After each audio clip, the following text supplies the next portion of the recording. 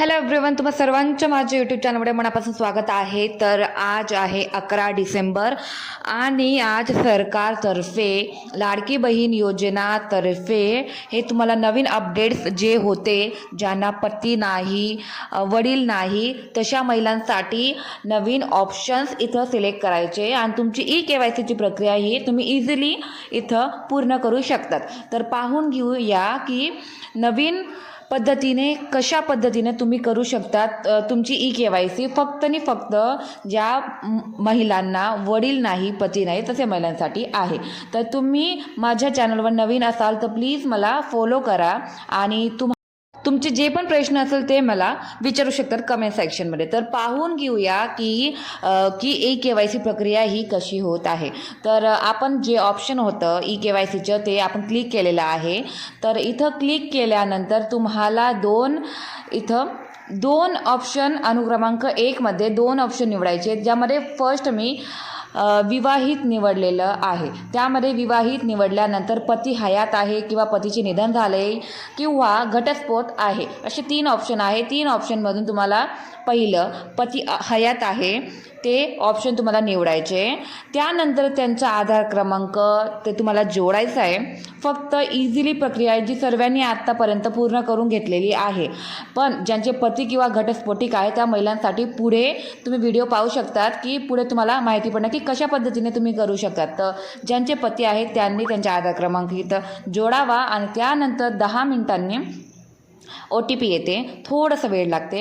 10 मिनिटानंतर OTP आल्यानंतर तिथे इथं फिलअप करायचे OTP आणि मी सहमत आहे हे पूर्ण वाचून घ्या आणि मी सहमत आहे तिथं टिक करून OTP आपला तिथं फिलअप करून घ्या.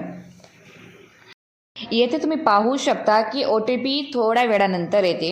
तुम्ही थोडं पेशन्स ठेवा आणि OTP आल्यानंतर त्याला सबमिट करा. 6 डिजिटचा होतं इथे OTP. तो OTP इथं टाकल्यानंतर तुमची KYC इझिली अप्रूव्ह होते. त्यानंतर आहे पुढचा क्रमांक. तिथं आहे पतीचं नाव, तुम्ही जे आधार कार्डनुसार असेल ते टाकावं आणि तुमचे जाती प्रवर्ग म्हणजे तुमची कास्ट कोणती आहे ती तुम्ही इथं निवडून घ्या. नंतर हे खालचे जो A आणि B सेक्शन आहे ते तुम्ही व्यवस्थितपणे वाचून घ्या. जिथं लिहिलेलं आहे माझ्या कुटुंबाचे सदस्य नियम कायम कर्मचारी म्हणून सरकारी विभागात काम करत आहेत किंवा नाहीत.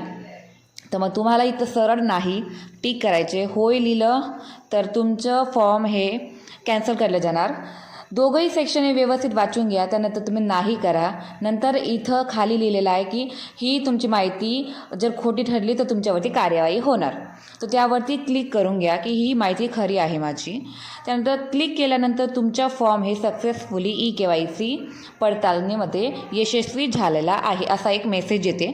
तुमची KYCची प्रक्रिया ही पूर्ण झालेली आहे. ज्यांचे पती आहेत त्यांची KYCची प्रक्रिया पूर्ण झाली आहे. आता पाहूया ज्या महिलांचे पती नाहीत, त्यांचे निधन झालं आहे, वडील नाही, त्यांचे निधन झाले आहेत, तशा महिलांनी KYCची प्रक्रियासाठी त्यांच्यासाठी नवीन ऑप्शन इथं ॲड केलेले आहेत.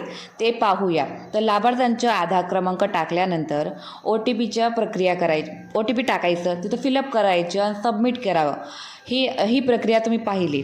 याच्या पुढची जे प्रक्रिया आहेत ते तुम्ही पुढे पाहू शकता व्हिडिओमध्ये. OTP टाकल्यानंतर KYC मुख्यमंत्री माझे लाडके बहीण इथं विवाहित आहे किंवा अविवाहित आहे. विवाहित आहेत तुम्ही क्लिक करा. त्यानंतर पतीचे निधन झाले आहेत किंवा घटस्फोटिक आहेत ते तुम्ही इथं क्लिक करा. पतीचे निधन झालेलं आहेत तशा महिलांनी इथं क्लिक करावे. त्यानंतर पतीचे पूर्ण नाव इथं टाकावे आधार कार्ड क्रमांकानुसार. तीच प्रक्रिया आहे. फक्त 2-3 ऑप्शन असे जास्तीचे आलेले आहेत ज्यांचं पतीचे निधन झाले किंवा वडिलांचे निधन झाले तशा महिलांसाठी. तर पतीचे पूर्ण नाव टाकले, जाती निवडली आणि इथं नाही आणि हे खालचे 2 बॉक्समध्ये टिक केले. तीच प्रक्रिया करायची आहे. नंतर सबमिटवर क्लिक केल्यानंतर तुमची KYC इझिली सबमिट होते. इथं तुम्हाला अंगणवाडी सेविकेजवळ मृत्यूचं प्रमाणपत्र, मृत्यूचा दाखला असतो, तो तुम्हाला 31 डिसेंबरपर्यंत जमा करण्यात यावा अशी एक टिक करून घ्यावी आणि एक झेरॉक्स तुम्ही अंगणवाडी सेविकेजवळ जमा करून द्यावी. कारण की तसं ऑप्शन अपलोड करण्याचे इथं नाही म्हणून.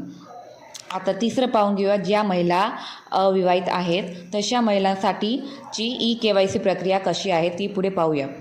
तर तसंच लाभार्थ्यांचं आधार क्रमांक टाकावा, त्यांचा 6 डिजिटवाला कॅप्चा कोड भरावा, नंतर सबमिटवरती ऑप्शनवरती क्लिक करावे. त्यानंतर OTP आले त्याच नंबरवरती ज्या अविवाहित महिला आहेत त्यांच्यासाठी त्यांनी OTP फिलअप करावा, सबमिट करावा.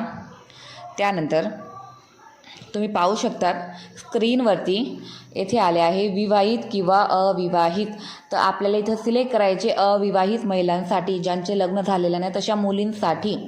तर त्यांचे वडील हयात असेल तर टिक करावे, नसेल हयात तर नाहीचे टिक करावे. वडील नाही, निधन झाले तशा महिलांनी वडिलांचे निधन झाले तसे टिक करावी. वडिलांचे आधार क्रमांक असेल तर ते आधार कार्डवरती वडील आहेत असं करून क्लिक करू शकता.